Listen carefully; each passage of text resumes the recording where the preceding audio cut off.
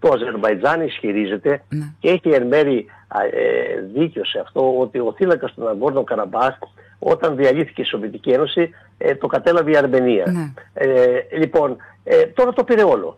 Είχε πάρει το μισό πριν από μερικά χρόνια, τώρα το πήρε όλο. Αυτός ο θύλακας του Ναγκόρνο Καραμπάχ δεν συνδέεται με μια αυτόνομη περιοχή, το Ναχτσιβάν, που είναι νοτιοδυτικά της Αρμενίας και συνορεύει με την Τουρκία. Στην προηγούμενη συμφωνία είχε προγραμματιστεί ένας διάδρομος από το Ναχτσιβάν να περνάει μέσα από την Αρμενία, γιατί άμα δείτε το χάρτη υπάρχει μια φαρδιά λωρίδα κάτω-κάτω της Αρμενίας που ακουμπάει στο Ιράν. Όπως ακουμπάει και τον Ναχτσιβάν ο θύλακας αυτός, ο οποίος επαναλαμβάνει νότια-ανατολικά της Αρμενίας και δεν συνδέεται με το Αζερμπαϊτζάν και ανήκει στο Αζερμπαϊτζάν. Όταν λοιπόν παίρνοντας όλο το τέτοιο τον Ναγκόρνο Καραμπάχ και ενεργοποιηθεί ο διάδρομος που έχει υπογράψει η Αρμενία, τότε, να το πω απλά, θα πάρετε το αυτοκίνητο από την Τουρκία και θα πάτε οδικώς στην Κασπία θάλασσα. Δηλαδή η Τουρκία έχει πρόσβαση προς την Κασπία θάλασσα.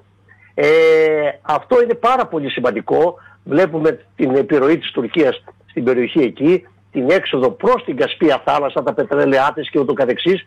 Και εδώ βλέπουμε πώς έγινε αυτό. Θα σου πω μάλλον πώς έγινε.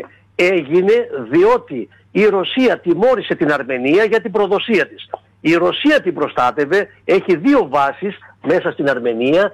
Η μία βάση είναι στο Στεπανακέρτη που είναι η πρωτεύουσα του. Ήταν η πρωτεύουσα, τώρα την πήραν μια άλλη. Μπορεί να παραμείνει και ίδια. Τον Ναγκόρνο Καραμπάχ, και την κατήχανε οι Αρμένοι μέχρι χθες, μέχρι προχθές.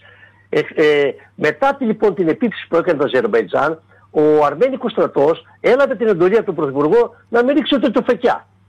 Με αποτέλεσμα να βρεθούν σε δύσκολη θέση οι αυτονομιστές του Ναγκόρνο Καραμπάχ, και αφού σκοτωθήκανε αρκετές δεκάδες, υπολογίζουν για πάνω από 100, για να σταματήσουν οι Αζέροι τους είπανε παραδώσατε όπλα. Αυτή τη στιγμή λοιπόν αυτοί οι αυτονομιστές παραδίδουν τον οπλισμό τους. Τι σημαίνει αυτό? Σημαίνει ότι δεν υπάρχει πλέον Ναγκόρνο Καραμπάχ που να είναι αρμένικο και αζέρικο. Είναι πλέον αζέρικο. Οι κάτοικοι έχουν σπεύσει στις ρωσικές βάσεις. Γιατί το έκανε αυτό η Ρωσία? Το έκανε διότι ο Πασινιάν, ο πρωθυπουργός της Αρμενίας, άρχισε να ερωτοτροπεί, δηλαδή με τη Δύση, να μπει στο ΝΑΤΟ κλπ. Δηλαδή κάνει τα ίδια σφάλματα που έκανε ο Σακασβίλη στη Γεωργία, τα ίδια σφάλματα που έκανε και συνεχίζει να κάνει ο Ζελένσκι στην Ουκρανία.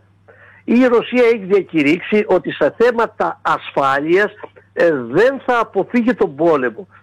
Γι' αυτό το είδαμε και στη Γεωργία το 2008 και στην Ουκρανία σήμερα, αυτό που βλέπουμε.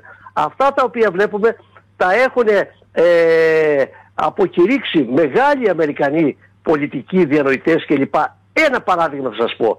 Ο νυν διευθυντής της CIA, ο Williams Benz, το 2008 ήταν πρέσβης των ΗΠΑ στη Μόσχα. Και όταν σκεφτήκαν και είπανε στο ΝΑΤΟ το 2008 στη σύνοδο στη Ρουμανία, στο Βουκουρέστι, ότι θα πρέπει να βάλουμε στο ΝΑΤΟ τη Ρουμανία και τη Γεωργία, έγραψε μια επιστολή συνταρακτική που εξηγούσε ότι θα πάμε σε πόλεμο. Ο τίτλος του τηλεγραφήματος που έστειλε, της ενημέρωσης που έκανε στο Αμερικανικό State Department, είχε τον τίτλο «Niet means niet». Δηλαδή, όχι σημαίνει όχι. Έγραψε το «niet», το όχι στα ρωσικά, «niet means niet». Και παρακάτω λέει, εάν πάρουμε η Γεωργία ή η Ουκρανία στο ΝΑΤΟ, θα έχουμε πόλεμο. Τόσο απλά. Να μην πω ότι είπε ο Κίσινγκερ το 2014, τι έχουν πει και άλλοι Αμερικανοί πολιτικοί και διανοητές. Βλέπουμε λοιπόν ότι ο Πασινιάν δεν μαθαίνει. Στην πραγματικότητα πρόδωσε το λαό του. Πρόδωσε τους Αρμένιους που ζούσαν στον Ναγκόρνο. Λοιπόν, είναι θλιβερό. Γι' αυτό νομίζω εχθές είχαν διαδηλώσεις και θέλανε να εισβάλλουν στο κοινοβούλιο κλπ. Θα έχουμε διαδηλώσεις στην Αρμενία. Και έρχομαι στο άλλο να δείτε πως οι λαοί πως μερικές φορές σκέφτονται και εδώ. Ο Πασινιάν που ήταν υπεύθυνος για τον πρώτο πόλεμο, ο λαός τον ξαναψήφισε ξαναπάλι. Τα αφήνω σχολεία στο αυτό, γιατί ίσως κάποιος να το φέρει σαν αυτό και στα δικά μας.